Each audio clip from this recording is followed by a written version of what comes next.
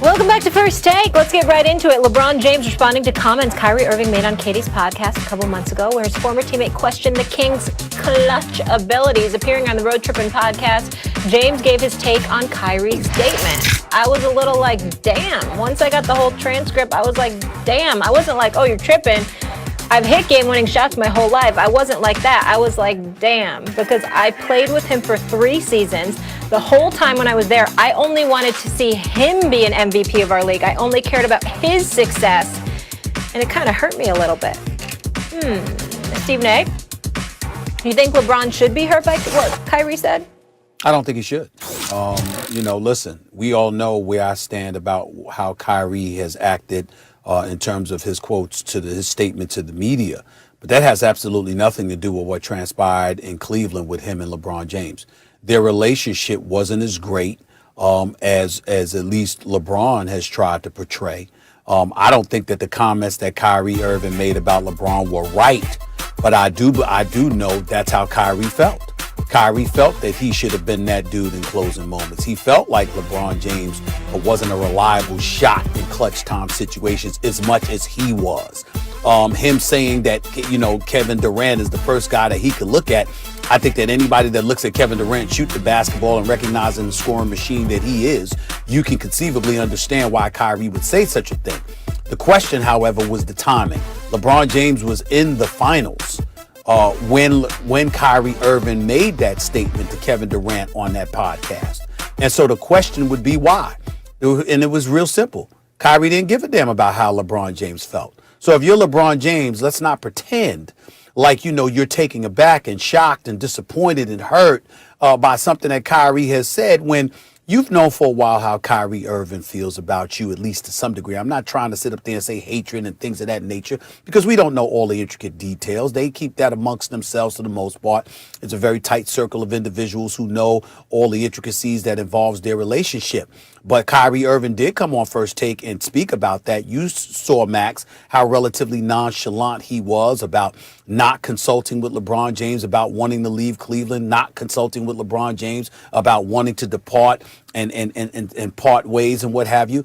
He did that on purpose because he didn't want to be perceived as some little brother to LeBron James because he didn't perceive LeBron as being a big brother to him. So what I will give Kyrie credit for is consistency as it pertains to whatever his feelings may be about LeBron James. They seem to be consistent with the attitude that he disseminated just years ago. And if I'm LeBron James, I'm not blind, I'm not deaf, I'm not dumb. I know what time it is when it comes to Kyrie Irving. So why even be bothered by it? It should not have surprised him, and I don't even think it should hurt him. Yeah, LeBron should be hurt by Kyrie's comments, and furthermore, I believe him when he says he is hurt. LeBron is a special kind of guy. Stephen A., Kobe Bryant, Michael Jordan, no one had to deal with the expectations of LeBron James since he was a teenager.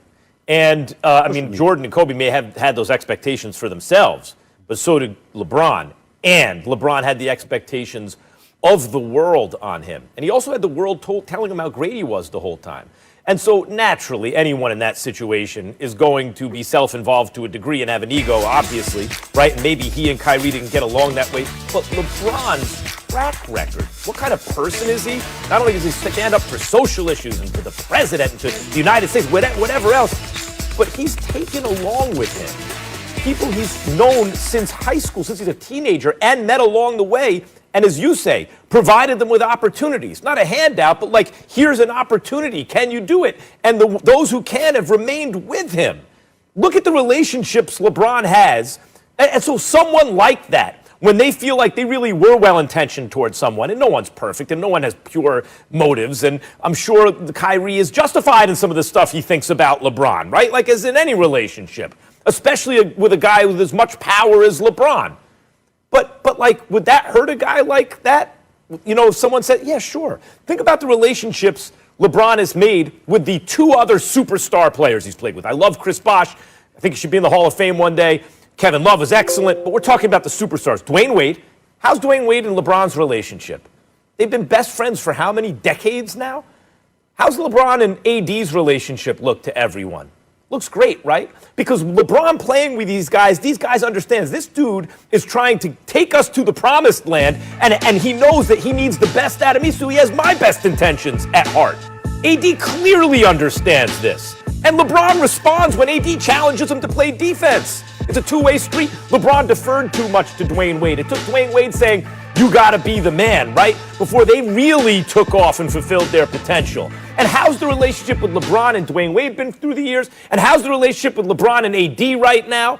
Why is it only Kyrie who seems to be having this issue as LeBron's superstar teammate? I think that does affect LeBron. I do think it hurts his feelings because I think he has good intentions, and I understand it. I think his feelings should be hurt. Well, for issues, for the purpose of clarification, that's what I'm trying to say, Max. It's not a surprise. Kyrie has basically given off this kind of ambiance, this kind of vibe about his relationship with LeBron for years. So I'm not saying that LeBron shouldn't be hurt because because Kyrie was not wrong. Kyrie, it would have been nice if he would have deferred from saying such a thing, particularly while LeBron is playing in the finals, while he was home watching in the offseason, they playing in the bubble. So we understand that. And that's what I'm saying. LeBron shouldn't be hurt because he shouldn't be surprised is basically what I'm trying to say. But I also want to get back to this other point about what LeBron has to put up with, because Kyrie has alluded to this on many occasions in the past as well, the age of social media. Matter of fact, I recall reading a quote from Kyrie months ago where he said, I don't know when he said it, I think it was last year when he was in Boston, he said that the stars that preceded him never had to deal with social media. He had profound respect for all of them and appreciation, but they never had to deal with the 24/7 social media onslaught, et cetera, et cetera. That's what Kyrie was trying to say. And to a lesser degree, you're bringing that up about LeBron compared to what Kobe and MJ had to deal with. Well, let's put things in its proper perspective. MJ comes out of college in North Carolina. The Chicago Bulls stink.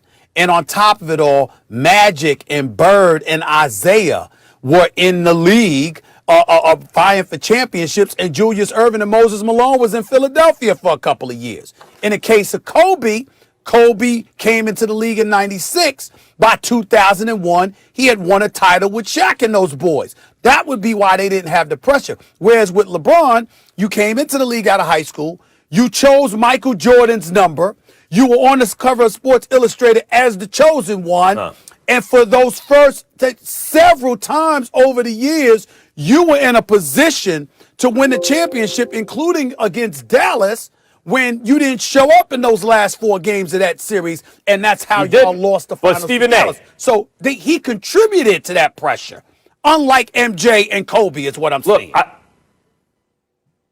I understand. Those are valid points, but I think that misses, really what I'm talking about with LeBron is MJ was supposed to be excellent. By the time he got to the Olympics, everyone was like, dude, who's this? But he went 3rd in the draft.